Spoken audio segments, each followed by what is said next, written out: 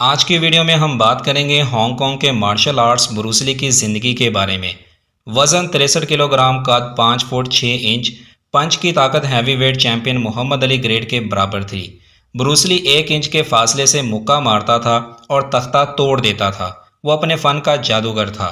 وہ martial arts کا Michael Jackson تھا۔ اس نے صرف 4 فلموں میں مرکزی کردار ادا کیا، لیکن اس کے بعد ہر فلم انڈسٹری کا ہر ایکشن ہیرو اس کے جیسے بننے کی خواہش لے کر سیٹ پر آتا تھا۔ آج کے دور کے بڑے بڑے سپر سٹار اس کی فلموں میں ایکسٹرا آتے تھے۔ وہ صرف 32 سال جیا اور عین جوانی میں اپنے سارے خواب پورے کر کے اچانک مر گیا۔ آخر 5.5 فٹ کے اس انسان میں ایسا کیا تھا جو چند سال کے کیریئر میں ایسی دھاک بٹھا گیا کہ دنیا میں شاید ہی کوئی ہو جو بروس لی کو نہ جانتا ہو۔ بروس لی کو عظمت یوں ہی نہیں ملی تھی، بلکہ ان 2 باتوں سے آپ اندازہ لگا سکتے ہیں کہ وہ کتنی جان توڑ محنت کرتا تھا۔ ایک یہ کہ وہ مارشل آرٹس پریکٹس کے دوران عام پنچنگ بیگ استعمال نہیں کرتا تھا، بلکہ اس کا punching bag heavy weight boxing اور ریسلر کے بیگ سے بھی وزنی ہوتا تھا۔ شاید یہی وجہ تھی کہ وہ وزن میں بھلے ہیوی ویٹ چیمپئن محمد علی سے آدھا تھا، لیکن اس کے گھونسے میں طاقت محمد علی کے برابر تھی۔ دوسری بات یہ تھی کہ وہ اپنے ایک ہاتھ کے ایک انگوٹھے اور ایک انگلی سے پش اپس لگایا کرتا تھا۔ وہ مارشل آرٹس ماسٹر تھا، وہ ہانگ کانگ کا اسٹریٹ فائٹر تھا، لیکن اس نے سوچ رکھا تھا کہ وہ ہالی ووڈ کا سپر سٹار فنکار بنے گا، اور وہ بنا بھی۔ بروس لی کی پیدائش 27 نومبر 1940 کو سان فرانسسکو کے چائنا ٹاؤن میں ہوئی تھی۔ اس کا اصل نام لی جن فان تھا۔ اس کے باپ لی ہوئی جیون ایک اسٹیج اداکار تھے اور اداکاری کا شوق پورا کرنے ہی ہانگ کانگ سے امریکہ آئے تھے، لیکن اپنی پوری تگ و دو کے باوجود وہ ایک اوسط درجہ کے اسٹیج اداکار سے زیادہ ترقی نہ کر سکے۔ یہی وجہ تھی کہ وہ بروس لی کی پیدائش کے 3 ماہ بعد سان فرانسسکو کا چائنا ٹاؤن چھوڑ کر اپنے وطن ہانگ کانگ واپس آ گئے۔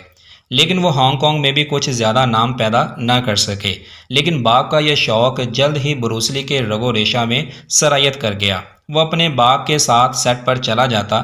اس کا نتیجہ یہ نکلا کہ اس نے محض 6 سال کی عمر میں ہی ایک فلم میں اداکاری بھی کر لی، اور پھر یہ سلسلہ چل نکلا اور 18 سال کی عمر تک وہ 20 سے زائد فلموں میں چائلڈ آرٹسٹ کے طور پر کام کر چکے تھے۔ وہ اداکاری کے ساتھ ساتھ ڈانس کا بھی رسیا تھا۔ اس نے ہانگ کانگ کے مشہور ڈانس پروگرام میں بھی حصہ لیا اور جیتا بھی۔ بروس لی چھوٹی چھوٹی کامیابیاں سمیٹ رہا تھا، لیکن اس کا باپ مطمئن نہیں تھا۔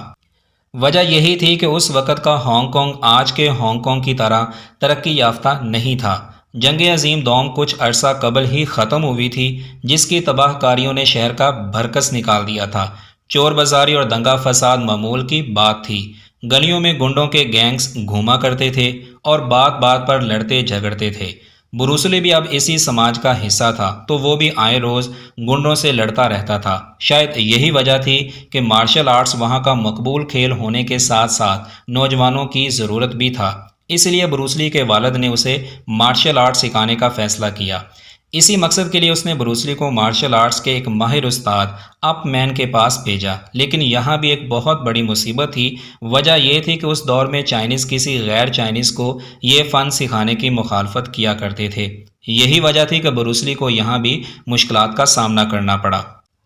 لیکن دلچسپ بات یہ ہے کہ بروس لی غیر چائنیز نہیں تھا، بلکہ اس کی صرف ماں غیر چائنیز تھی۔ اپ مین نے ون چن کے ابتدائی گر سکھائے۔ اپ مین کے ساتھ ساتھ واونگ شنگ لیون بھی بروس لی کا استاد تھا۔ ٹریننگ کے ساتھ ساتھ بروس لی کی مہارت بڑھ رہی تھی۔ ساتھ میں جھگڑوں کی تعداد بھی آئے روز اس کی اپنے محلے کے آوارہ لڑکوں سے سر پھٹول ہوتی رہتی تھی، جس سے اس کا باپ بہت پریشان تھا۔ ایک بار تو معاملہ بہت زیادہ بڑھ گیا اور یہ معاملہ پولیس تک گیا۔ پولیس والوں نے اس کے باپ کو آخری وارننگ دی، اور اگر دوبارہ اس نے ایسا کیا تو ہم اس کو جیل میں ڈال دیں گے۔ آخر کار تنگ آ کر بروس لی کے والد نے اس کو امریکہ میں اپنی بہن کے پاس بھیج دیا۔ بروس لی دن میں تعلیم حاصل کرتا اور شام کو ایک ہوٹل میں کام کیا کرتا۔ بروس لی امریکہ میں فلسفے اور آرٹ کی تعلیم حاصل کر رہا تھا، لیکن اس کے کلاس فیلوز اس کی تعلیم سے زیادہ اس کے مارشل آرٹس اور کنگ فو کے فین تھے۔ اس لیے بروس لی نے تعلیم کے ساتھ ساتھ وہاں پر مارشل آرٹس بھی سکھانا شروع کر دیا تھا۔ اسی دوران اس کی ملاقات ایک آئرش امریکی لڑکی لنڈا ایمرے سے ہوئی۔ دونوں جلد ہی ایک دوسرے کو پسند کرنے لگے، لیکن مسئلہ یہ تھا کہ اس وقت چائنیز لوگ اپنے بچوں کی شادی امریکی اور امریکی خاندان کے لوگ اپنے بچوں کی شادی چائنیوں میں نہیں کرتے تھے، لیکن آخر کار بروس لی اور لنڈا ایمرے نے شادی کر لی۔ وقت کے ساتھ ساتھ مسائل بھی بڑھ رہے تھے۔ شادی کے بعد بروس لی نے مارشل آرٹ ادارے بنائے جس میں وہ بچوں کو مارشل آرٹ سکھاتا تھا۔ لیکن اب ایک اور مسئلہ پیدا ہو گیا تھا، اور وہ یہ تھا کہ چائنیز غیر چائنیوں کو یہ آرٹ سکھانا پسند نہیں کرتے تھے۔ جب امریکہ میں بروس لی نے غیر چائنیوں کو یہ سکھانا شروع کر دیا تو چائنیوں نے اعتراض کیا کہ یہ تو ایک خفیہ ٹیکنیک ہے جس کی حفاظت چائنیوں نے اپنی جان دے کر کی تھی۔ لیکن بروس لی کہاں ماننے والا تھا۔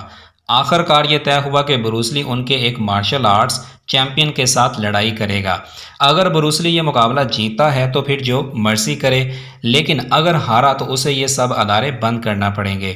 بروس لی کا مقابلہ سب سے بڑے کنگ فو ماسٹر ونگ جیک مین کے ساتھ تھا۔